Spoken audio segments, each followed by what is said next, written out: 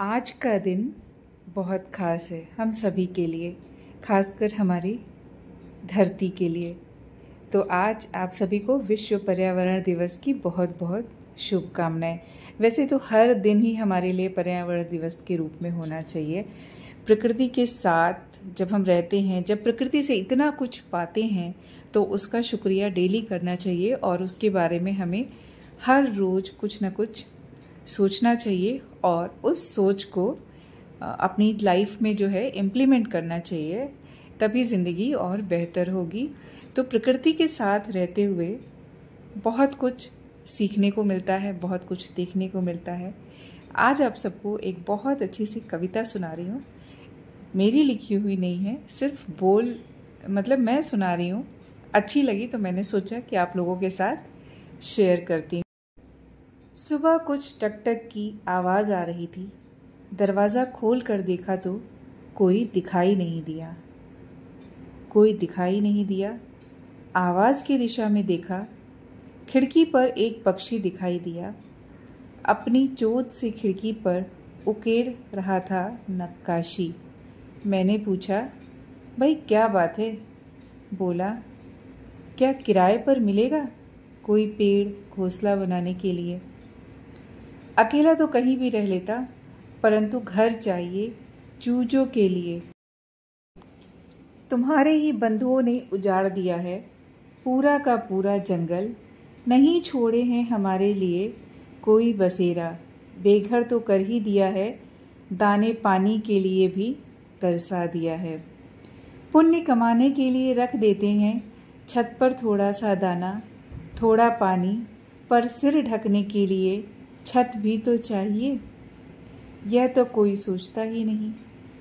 पेट तो भरना ही है, भीख ही सही, थोड़ा सा खा पी लेते हैं, थोड़ा बच्चों के लिए भी ले जाते हैं।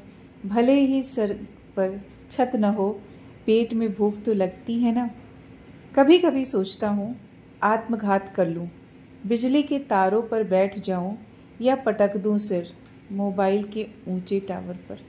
जैसे सरकार देती है मकान फांसी लगाने वाले इंसानों को, वैसे ही मिल जाएगा कोई पेड़ मेरे चूजों के घोंसलों के लिए। सुनकर मैं सन्न रह गई। इतना कुछ तो सोचा भी न था। जंगल काट कर घर उजाड़ दिए इन बेचारों के बिना विचारे। मैंने हाथ जोड़कर उनसे कहा, सबकी ओर से मैं माफ़ी मांगती हूँ। आत्मघात का विचार त्याग दो, यह दिल से विनय है मेरा आपसे। अभी तो इस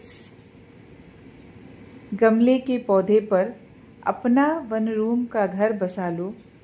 थोड़ी अड़चन तो होगी, परंतु अभी इसी से काम चला लो। उसने कहा, बड़ा उपकार होगा, परंतु किराया क्या होगा और कैसे चुकाऊंगा? मैंने कहा, 3 पहर मंगल कर लो सुनूंगी और कुछ नहीं मांगूंगी। वह बोला, मुझे तो आप मिल गए, पर मेरे भाई बंधुओं का क्या? उन्हें भी तो घर चाहिए, कहाँ रहेंगे वो सब? मैंने कहा, अरे अब लोग जाग रहे हैं, बड़ पीपल नीम गूलर लगा रहे हैं। कोरोना ने झटका देकर सबको डराया था। आपको आत्मघात करने की अब आवश्यकता नहीं पड़ेगी।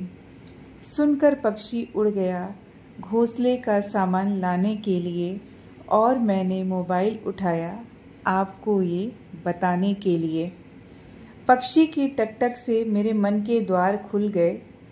आप भी एक पेड़ तो लगाओ, अपने लिए या अपनों के लिए, कहीं सार्वजनिक स्थानों या फिर आंगन में या फिर किसी के दिल में ही सही। बहुत ही सही बात है। बहुत सुंदर कविता किसी ने लिखी है। कई बार होता है कि लिखने वाला कोई और होता है, पढ़ने वाला कोई और होता है, लेकिन उसका अर्थ बहुत अच्छा होता है, मतलब अच्छा होता है। तो हमें जहाँ से मिले पढ़ना, लिखना और ज्ञान लेना चाहिए और उस पर ध्यान भी देना चाहिए। तो ये तो थी पक्षियों की बात। बहुत ज़रूरत है हमें इनको बचाने की, इनके लिए कुछ करने की। तो आप भी लगे रहिए, हम भी लगे रहते हैं, मिलजुल कर एक एक ही सही पेड़ लगाते हैं, पर्यावरण को बचाते हैं और इसी तरह मिलजुल कर हर दिन हम पर्यावरण दिवस मनाते हैं।